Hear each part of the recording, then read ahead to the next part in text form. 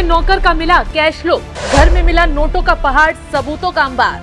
झारखंड में भ्रष्टाचार, नपे बड़े बड़े नेता।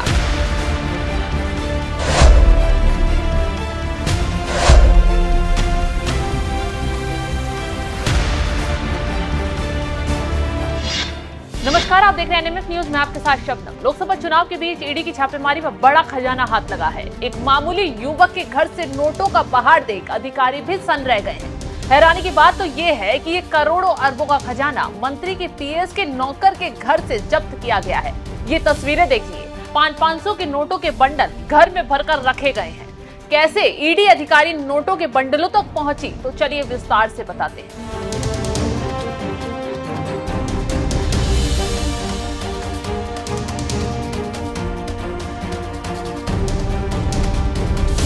दरअसल ईडी 10,000 रुपए के रिश्वत मामले की जांच कर रही थी। उसी दौरान ईडी को कुछ ऐसी कड़ियां मिली जिसके तार मंत्री तक जुड़ते नजर आए। ईडी को जानकारी मिली थी कि आलमगीर आलम के मंत्रालय में भ्रष्टाचार चल रहा था और काली कमाई का पैसा नौकरों के घर में जा रहा था। बस इसी शक पर झारखंड के रांची में ईडी ने कई ठिकानों पर छापेमारी की। इस दौरान झारखंड के ग्रामीण विकास मंत्री आलमगीर आलम के निजी सचिव संजीव लाल के नौकर के घर पर भी रेड मारी गई। जब ईडी ने नौकर के घर तलाशी ली तो इतना कैश देखकर अधिकारियों का सिर चकरा गया।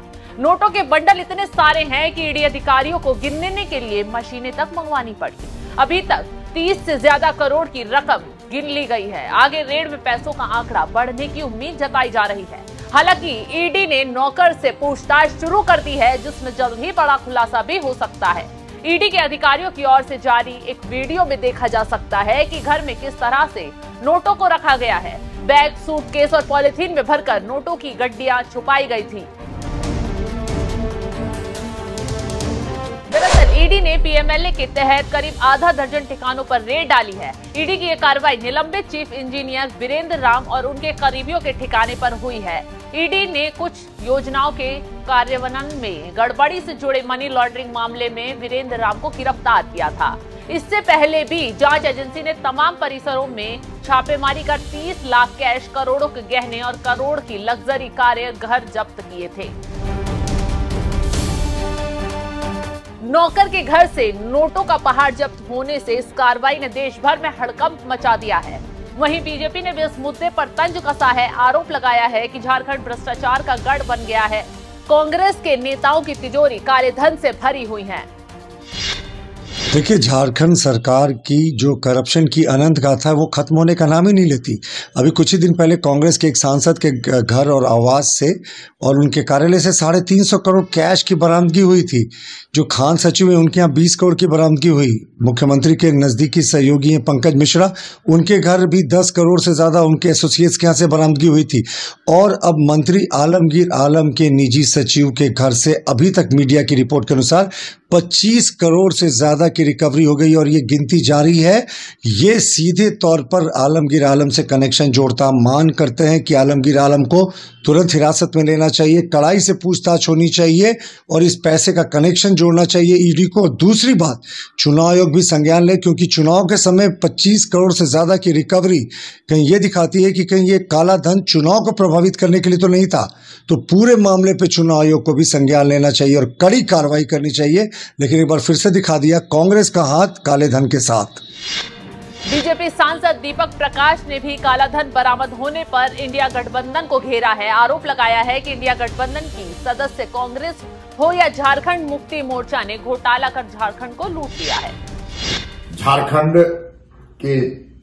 मुक्ति मोर्चा, कांग्रेस और आरजेडी के सत्ताधारी दलों के द्वारा जिस प्रकार से झारखंड को लूटखंड बनाने का काम किया जा रहा है, फिर से आज काले धन का बरामद होना, 25 करोड़ से ऊपर राशि नगद प्राप्त होना, जिसका संबंध अवैध कमाई से है और वो कमाई सत्ताधारी दल के मंत्रियों की है। ये हम सब लोगों को मर्माहत करने वाली है। झारखंड की जनता आज अपमानित महसूस कर रही है। जिनके हाथ में सेवा करने का दायित्व सौंपा गया था, वो झारखंड के गरीब, आदिवासी, दलित, पिछड़े और सभी समाजों के लिए जो कल्याण के पैसे थे उसको लूट लूटने का काम किया। ये सच में हम सब लोगों के लिए बड़ा मर्माहत करने वाला है। अब चारों तरफ से इस मुद्दे पर झारखंड की सरकार घिर गई है, कांग्रेस कटघरे में आ गई है, क्योंकि पहले ही हेमंत सोरेन भ्रष्टाचार के मामले में जेल में बंद हैं और अब उनके ही करीबी नेता, उनके ही सरकार में मंत्री लूट खसूट मचाकर तिजोरियां सजा रहे हैं, नौकरियों के घरों में नोट छुपा रहे हैं। अब ऐसे में ईडी ने इस मामले की जांच आगे बढ़ाई तो कयास लगाए जा रहे हैं कि और भी बड़ा खजाना हाथ लग सकता है। तो चलिए ये भी बताते हैं कि आलमगीर कौन है जिनके पीएस के नौकर के घर से नोटों के बंडल जब्त किए गए हैं। कौन है आलमगीर आलम?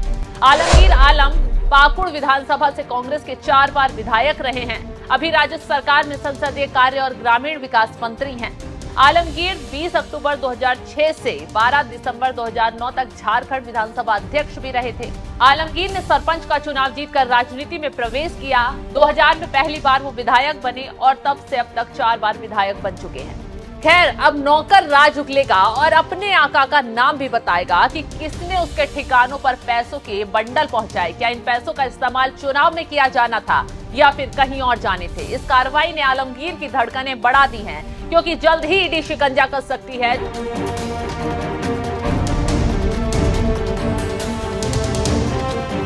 खैर, झारखंड में इतनी बड़ी मात्रा में पैसे बरामद होने का ये पहला मामला नहीं है। इससे पहले दिसंबर में भी झारखंड में बड़ी संख्या में कैश बरामद हुआ था।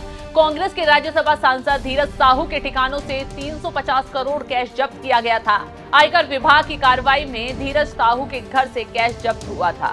हैरानी वाली बात तो ये है कि जिस वक्त धीरज साहू के ठिकानों से रकम जब्त की गई थी, तब आलमगीर आलम ने धीरज साहू का बचाव किया था और कहा था कि बीजेपी उन्हें फंसाने के लिए ऐसा कर रही है। ये पैसा सिर्फ धीरज साहू का नहीं है, बल्कि उनके व्यवसाय परिवार का है। खैर, अब आलमगीर ने धीरज साहू के पक्ष में तो सफाई दे दी, लेकिन अब जांच की आंच जब उन तक पहुंचेगी तो कैसे हिसाब किताब दे पाएंगे, क्योंकि ईडी के सूत्रों के मुताबिक मंत्री तक जल्द ईडी पहुंचने वाली है। कनेक्शन सामने आ गया है। खैर, अब ईडी की इस कार्रवाई पर कांग्रेस चिल्लाए बौखलाए माहौल बनाए, कुछ भी होने वाला नहीं है, क्योंकि झारखंड की जमीन पर खड़े होकर खुद पीएम मोदी साफ शब्दों में कह चुके हैं, जो भ्रष्टाचार फैलाएगा वो जेल जाएगा।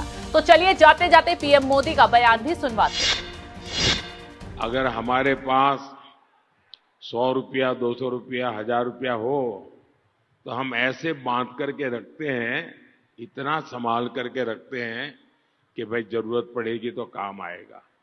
हमारी माताएं बहनें घर के अनाज के अंदर कपड़े में बांध करके पैसे, सोना रख देती है, चांदी रख देती है, ताकि जरूरत पड़े तो काम आ जाए। एक एक रुपये की कीमत होती है। लेकिन झारखंड में देखिए, कांग्रेस के सांसद के घर से नोटों के ढेर निकले, नोटों के ढेर। और नोटों के ढेर इतने बड़े थे कि बैंक से मशीन लाए गिनने के लिए, तो ये मशीन भी हाँफने लगे। मुझे बताइए भाई बहन, ये पैसा किसका है? ये आपका है कि नहीं है? ये पैसा आपका है कि नहीं है? ये पैसा आपके पसीने का है कि नहीं है? ये पैसा आपके हक का है कि नहीं है? किसने उनको चोरी करने का अधिकार दिया भाई? एक मुख्यमंत्री भ्रष्टाचार के गंभीर मामलों में जेल में बंद है।